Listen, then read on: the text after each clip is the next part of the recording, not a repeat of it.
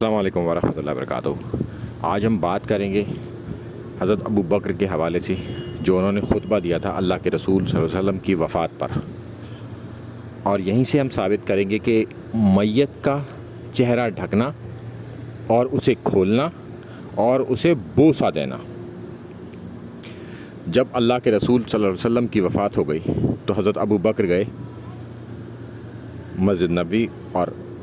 اماں عائشہ کے حجرے میں، کیونکہ ان کی وفات اماں عائشہ کے حجرے میں ہی ہوئی تھی۔ انہوں نے اللہ کے رسول صلی اللہ علیہ وسلم کا چہرہ ڈھکا ہوا تھا، انہوں نے چہرہ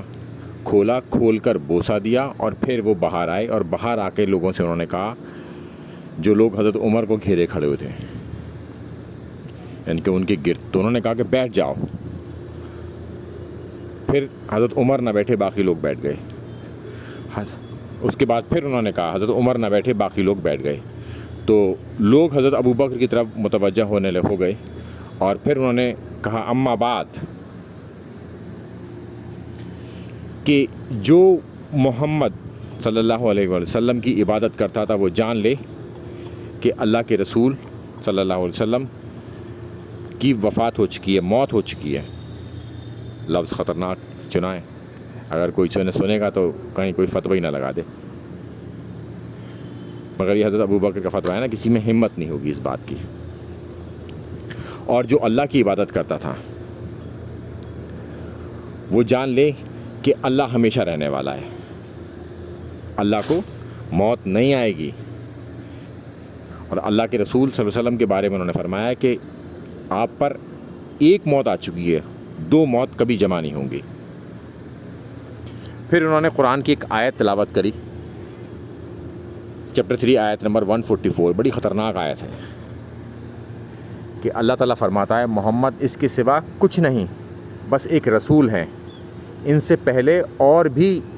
گزر چکے ہیں، یعنی کہ اور رسول بھی آئے ہیں، پھر اگر وہ مر جائیں، یہاں پر تو مرنے کے الفاظ ہیں، یا قتل کر دیے جائیں تو تم لوگ الٹے پاؤں پھر جاؤ گے۔ یہ سوالیہ نشان کھڑا کرا اللہ تعالیٰ نے، کیا ایسا اگر ہوگا تو تم کیا الٹے پاؤں پھر جاؤ گے؟ جان لو جو الٹے پاؤں پھرے گا وہ اللہ کا کچھ نقصان نہیں کر سکتا، یعنی کہ اللہ تعالیٰ خالق ہے، اللہ تعالیٰ کا کوئی کچھ نہیں بگاڑ سکتا۔ ہاں جو جمع رہے گا اللہ تعالیٰ انہیں جزا دے گا۔ اور اس آیت کو سننے کے بعد صحابہ نے یہ کہا کہ ایسا لگتا تھا کہ یہ آیت پہلی بار ہم نے سنی ہے، چونکہ انہوں نے اس کانٹیسٹ میں اس آیت کو پیش کیا اور بالکل فٹ ان بیٹھی اس پر، تو اسی لیے کہتے ہیں کہ قرآن کو کانٹیسٹ سے پڑھنا چاہیے، اور پھر اس سے جو دلیل پکڑی جائے